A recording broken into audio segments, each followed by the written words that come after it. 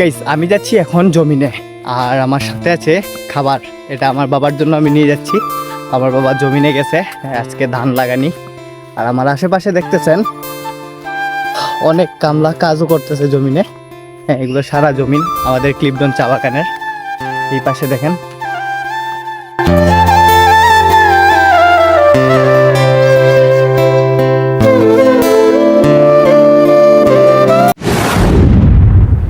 নমস্কার গাইস, আমি কৌশিক ক্লিপটন চা বাগান থেকে।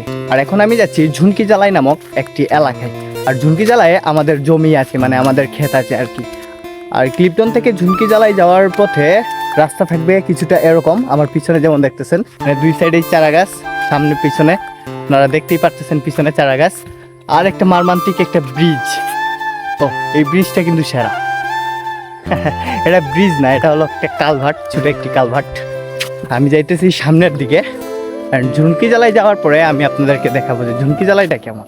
আর ঝুনকি জালায় অনেক ইন্টারেস্টিং জিনিস আছে, সেটাও আপনাদের সাথে শেয়ার করব। ভিডিওটা কন্টিনিউ করতে থাকেন আপনারা।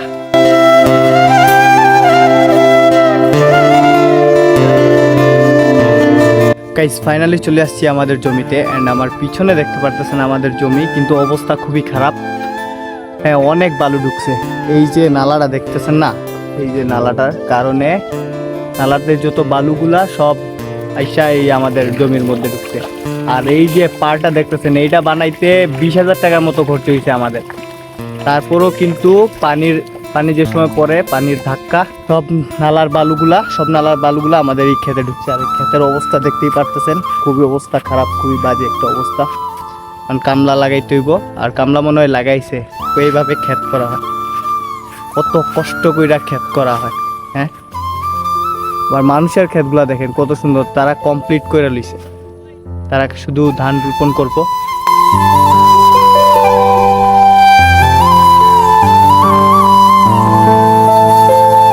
তারপর গাইস খাবার খাওয়ানো শেষ, এখন আমি বাইরে হয়ে গেছি এখন বাসার উদ্দেশ্যে। বাসায় যাওয়ার আগে আমি চলে আসি ঝুনকি জালাইয়ের মন্দিরে। আর এই মন্দিরটা অনেক আগের, বর্তমানে মন্দিরের কাজ চলতেছে, কিন্তু আগের যে মন্দিরটা ছিল সেটা অনেক সুন্দর ছিল। আর একই পাশে মন্দিরের রয়েছে অনেক বড় একটি পুকুর। আপনারা দেখতেই পারতেছেন এই পুকুরটিতে মূর্তি বিসর্জন সহ মানুষ গোসল করে, স্নান করে, অনেক কিছু করে। আমি এখন অবস্থান করছি ঝুনকি জালাইয়ের ভিতরে। আমার আশপাশে দেখতে পারতেছেন মানুষের ঘর। আমার পিছনে আমি ছাতি নিচে, অনেক বৃষ্টি পড়তেছে। এলাকাটা অনেক সুন্দর। আর এখানে সবচেয়ে ইন্টারেস্টিং বিষয় হলো যে এখানের কালচারটা অনেক আলাদা। আর এখানে বিভিন্ন উপজাতি আর আদিবাসী লোক আছে। আমি এই এলাকায় প্রথমবার, এর আগে আমি এসেছি বাট আমার মনে নাই ততটা। আজকে আমি আবার প্রথমবারের মতো আসছি। আর এই এলাকায় বা এই গ্রামটা যে আছে, এখানে বেশিরভাগ লোক আদিবাসী উপজাতি। আর এখানে এদের আলাদা একটি ভাষা আছে। হ্যাঁ, এখানে উরাং, সাঁওতাল, তুরিয়া, মির্ধা, মুন্ডা এইসব জাতের লোক বেশি আছে। আপনারা হয়তো জানেন না, এসব জাতির আলাদা একটা ভাষা থাকে। ওদের ভাষাটা শুনতে অ্যাকচুয়ালি অনেক ভালো লাগে। যেমন কাকারাথিন, কাহা জাতিন, খাইলেলে, এরকম কিছু কথা বলে। আর মন্দির পেরিয়ে বর্তমানে আমি অবস্থান করছি ঝুনকি জালাইয়ের একটি গ্রাম্য থানে। আপনারা দেখতেই পারবেন আমার পিছনে।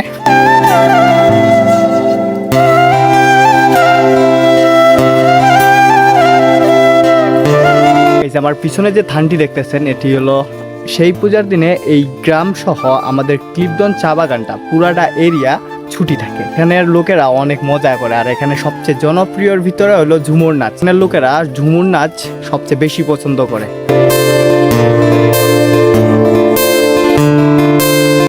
আসলে গাইস শুধু এখানে না, চা বাগানগুলোর ভিতরে বলতে গেলে এই ঝুমুর নাচ সবারই পছন্দ।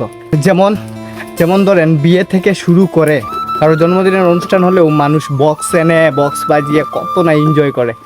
আর তারপর আবার বাসার উদ্দেশ্যে যাই, বাসায় একটু খাওয়া দাওয়া করে আবার চলে যাব আমি গরু নিয়ে হাওড়েও যেতে হবে, ঠিক আছে। আর দেখতেই পারতেছেন বাসায় যাওয়ার পথে দুপাশে চারা গাছ। ছাত্রী নিচ্ছি কারণ বৃষ্টি পড়তেছে, ছাত্রীটা অফ করে দেয়। কিছু দূর হাঁটার পরে ছোট ছোট বাচ্চাগুলা হ্যাঁ মাছ ধরে আনছে। দেখি মাছ কই, দেখি মাছ আনো মাছ ধরে আনছে এরা। তোমরা কোথা থেকে মাছ ধরছো? বইটা খর তনিকে ভাষা আমি বলা না, বইটা খর। তো মাছ লেকে রান্না করে দেবা শোন না। ठीक है ठीक है हाई कर दसन हाई हाई हाई कर दसन হাতে হাতে হ্যাঁ হাতে হাতে এই তো অনেকগুলো গাছ উঠ গেল আসুন ও দেখো কয়েকটা বানর এরা হইলো মানুষ জাতি বানর